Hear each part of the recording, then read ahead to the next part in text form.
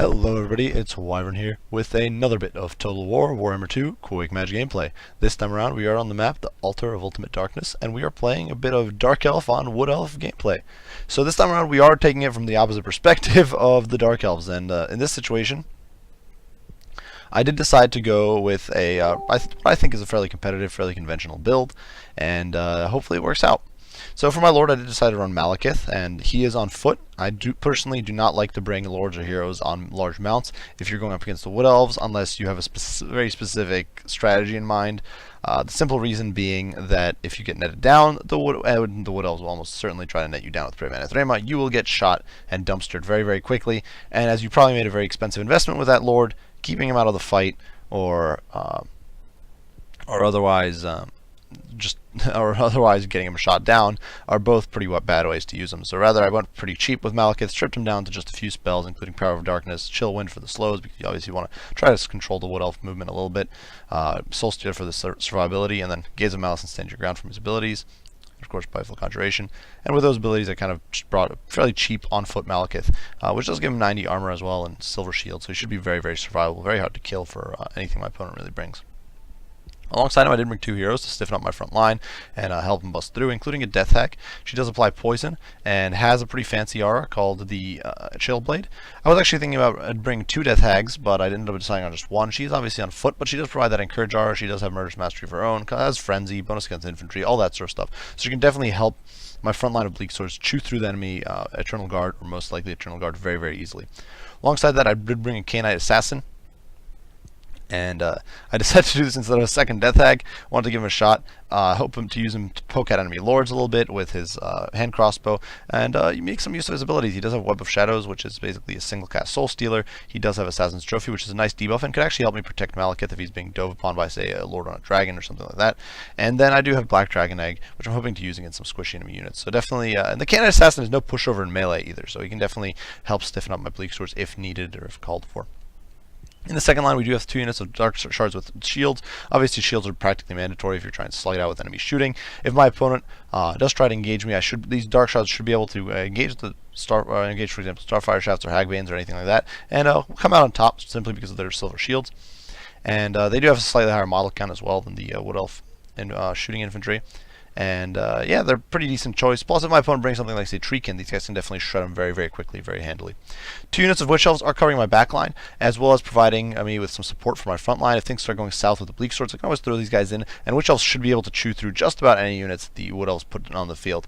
The only units that really give them a run for their money are Wildwood Rangers and the War Dancers, who are basically the Wood Elf equivalent of Witch Elves. But otherwise, we are pretty much even, and these guys should definitely help deal with everything else.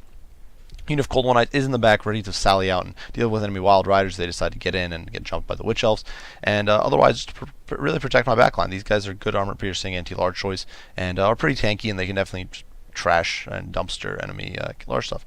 On the flanks, we do have 3 units of Dark Riders spread out. They are unshielded because I was trying to save some money. I do believe could have gotten them shielded in hindsight because I adjusted a few point values, but I didn't, and so they're very, very squishy, very low on their stats, but nonetheless I'm hoping to kind of use them to zone away enemy troops and threaten the enemy backline.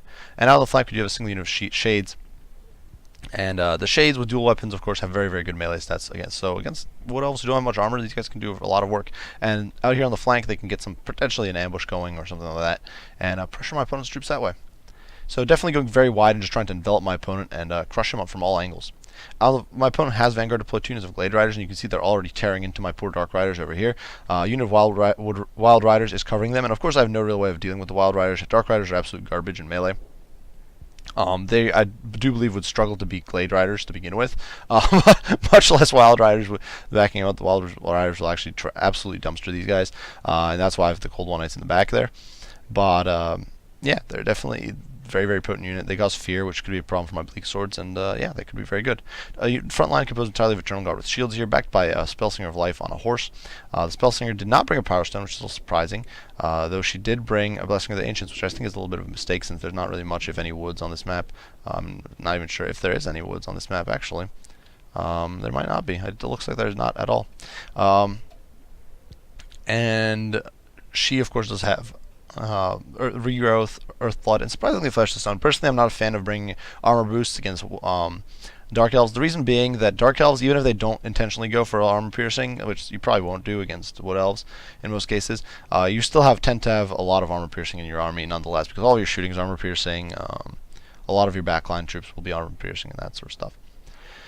But yeah, front line for Eternal Guard, definitely very, very tanky. Can definitely hold for a while, though my Bleak Swords should be able to come out on top in the long run, especially when they're boosted by the sort of front line of troops. Backed up by 2 units of War Dancers with Azure Spear to cover his back line of 3 units of Glade Guard with Starfire Shafts, who, of course, my opponent's probably hoping to use to shoot down any of my heavily armored troops or apply pressure to Witch Elves or anything like that. Finally, up in the air, my opponent does have a Glady. Interestingly enough, no arrows of Kurnus, though she did bring the Eye of Kurnus, which I think is personally not really worth. Personally, I think this is not really worth it here. It simply doesn't really. When you're up on a dragon, you're usually not close enough to your troops. Plus, it's only a 30-meter effect range, but nonetheless, interesting sight. No Eye of Kurnus, but a prayer of Anathema. So definitely, I think I made the right choice in bringing Malekith on foot. And as things are kicking off, you can see my lords are pushing forward. My lords and heroes are pushing forward, trying to get into the fray here. You can see these Witch Elves are kind of clumping around in the back. I kept them back, not sure if my opponent was going to dive into my backline, and I also didn't want my Witch Elves getting jumped by the Glade Riders. That's one of those units the Glade Riders are incredibly powerful against, are Witch Elves, because Witch Elves have, I do believe it is a 15% or 20% physical resistance, and that gets shut down by the Glade Riders and their poison arrows. So you can see my poor Bleak Swords over here are getting harried and actually shot up pretty badly by the Hagbane tips, and I have nothing I can do against that. You can see Starfire Shafts going in against Dark Shards, but the Dark Shards, once they start engaging the Starfire Shafts, their 55% shields are going to allow them to absolutely dumpster these guys very, very quickly. Over here, the Bleak Swords are trashing the Eternal Guard already, especially with their charge bonus. And now with the Death Hag going in, things are going to go south very, very quickly for my opponent. In the meantime, I do have my Dark Riders caught over here by the Wild Riders, and they're getting completely massacred. And despite my efforts to get Cold One Knights into the fray and Malekith slowing them down with Chillwind, it's simply not going to happen. The Wild Riders only lose a model, and they pick off basically an entire unit. In the meantime, over here, the Dark Riders are running the flank. They have circled around the Eternal Guard with shields, and they are trying to get into the enemy backline. And over here, Shades are engaging with the Starfire Shafts, which is actually not good for me. The Shades are very, very lightly armored, only a little only a little better off than Glade Guard. And with 2 units to 1, these guys are going to get shot down very, very quickly, and I definitely will need to pull these guys back pretty shortly. In the meantime, the front line is definitely going very much in my favor. In spite of Flesh to Stone being used by my opponent here, the Witch Elves are just tearing through his Eternal Guard. And with the backing of my Canine Assassin, as well as the Death Hag and all that sort of stuff, my opponent's front line is just collapsing so quickly, very quickly. Unfortunately, I did just get Malekith distracted over on this flank, and so he wasn't really able to get on top of the Wild Riders to shut them down. And I really shouldn't have used him there. I should have kept him with my infantry, but I got distracted trying to cast Chillwind, and he ended up wandering over there. In the meantime, Murderous Prowess has procced, and that is going to mean an even greater edge in melee. Over here, you can see my Dark Riders diving in on the Glade Guard, who just rallied, and they're actually going to run them over pretty effectively. These guys are not good in melee, but as I said before, they're pretty terrible, but they're good enough to kill off Glade Riders. My opponent's backline has practically been shot down. These guys, unfortunately, got dragged into the fight here with the Witch Elves, and got slaughtered very, very badly. And here, the Dark Shards are coming into play, and they're really starting to apply pressure. You can see one of the units of Dark Shards actually did get routed off, though. And now, though, the Shades are engaging on the Glade Riders, things are really starting to kind of turn in my favor. You can see the bar has slightly shifted, but my opponent still does have some selection of troops. He still has his very, very powerful cavalry contingent, but unfortunately for him, he did commit his Wild Riders into the back line at a bit of desperation, and got Cold One Knights finally get the jump on him. And Cold One Knights against Wild Riders is an absolutely brutal matchup. Wild Riders really stand no chance. Now Malekith's diving in. He's having none of it. These Wild Riders are going to get massacred. Wild Riders really don't stand much of a chance against Cold One Knights. It's the main reason I think Cold One Knights really can be a decent pick against factions like this is just how badly they can dumpster cavalry of a comparable price range. In the meantime, Glade Riders with Hagbane tips are being shot down by the Shades as well as the Dark Shards. Unfortunately, for me, I'm really not quite able to get enough damage on them. They're almost out of ammo. The higher ammo unit has almost been routed off. And over here, you can see the front line is completely buckled. Bleak Swords are now mopping up the back line. They're going after these Glade Guard. They're not actually fast enough to keep up with them, but they can still do a lot of damage. And over here in the back line, the Dark Riders were finally caught, but it did distract my opponent with Eternal Guard and War Dancers. So the fact that my opponent really wasn't able to get 1v1 matchups, and I was able to overload the flank, really ensured and guaranteed that I was able to kind of win that frontline engagement very, very decisively. Over here, the Glady has been hit by Trophy Heads when she tried to dive down on Malekith, which is going to force her to stay down. And over here, while the Wild Riders do dive into the Dark Shards, and they'll definitely do some damage on the charge, and they'll probably kill quite a few of them. It's just not enough before the Dark Riders are on top of them, and the Shades are pivoting, and the Shades... Actually, if they didn't charge into the Shades would actually be able to put up a decent fight in their own right. And the Wild Riders are going to get slaughtered basically to a man here. Over here, the Gladiator Riders are practically out of ammo. Trying to pick at Malekith is really a bit of a waste. Footlords are very, very hard to hit with shooting, and you can see at this point that things are definitely starting to wind down with the very last vestiges of my opponent's army getting slaughtered. Down here in the pits, though, you can see the Cold Wall Knights and Bleak Swords did get isolated by a mix of Eternal Guard and War Dancers as our spears, but neither of these units is going to be really quick at killing the Bleak Swords off, so I'll be able to hold a decent amount of time there. And in spite of managing the line of charge here, the Glady simply cannot tear out the Bleak Swords, and it is going to cause a... my opponent is at this point simply going to suffer a moral break. You can see Malekith over there does get another Chill Wind, and with another Gaze of Malice is going to go through as well. At that point, my opponent's army has already been shattering, so that's going to be game. So, I do think this is a pretty competitive build. You do get a decent amount of... If you're just trying to swamp the Wood Elves, and while still being aware, for example, of them bringing kiting troops, and being a little worried about skirmish heavy builds, I think this is definitely a decent choice. Your units are fast enough to, or reasonably quick. They're you have a lot of shielding. You have counters to enemy heavy cavalry, enemy monstrous troops, and that sort of stuff. And at the same time, you're not overcommitting into any one lord or any single unit that could be killed off by Paravan. None of my units here are particularly expensive. The most expensive unit on the field here was the Shades with the dual weapons, who are sitting at 1100 cost. Everything else here is, I do believe, cheaper. I think maybe Malekith's more expensive, but definitely very, very, I think, solid composition from that perspective. There's no unit for your opponent to isolate and slaughter and get massive value out of it.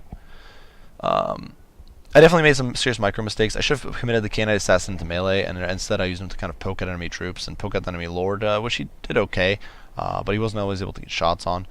Malekith I definitely mispositioned as well, and those were really my two biggest mistakes, were the way I committed Malekith and the way I used the Canine Assassin. I could have gotten much better use out of the Gaze of Malice if I'd committed Malekith into the fray.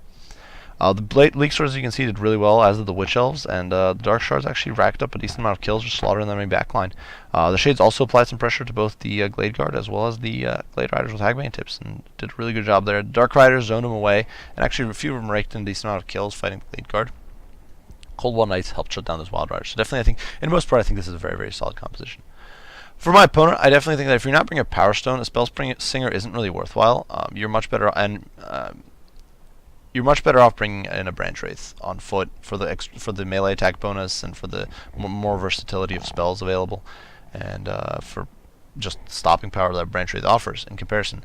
Quartet, the Eternal Guards didn't really perform that well, and I think part of it was that one of them got baited away. I definitely think my opponent should focus on holding the front line and kept maybe that unit of War Dancers as my spears in reserve, or maybe use his dragon to shut down my Dark Riders rather than committing all of his Eternal Guard to chasing, or to a unit of Eternal Guard and War Dancers to chase. The War Dancers performed pretty well, but about as well as they could against the sort of force that was arrayed against them. They're really not particularly great at fighting against Bleak Swords, and definitely not in a cost-efficient manner.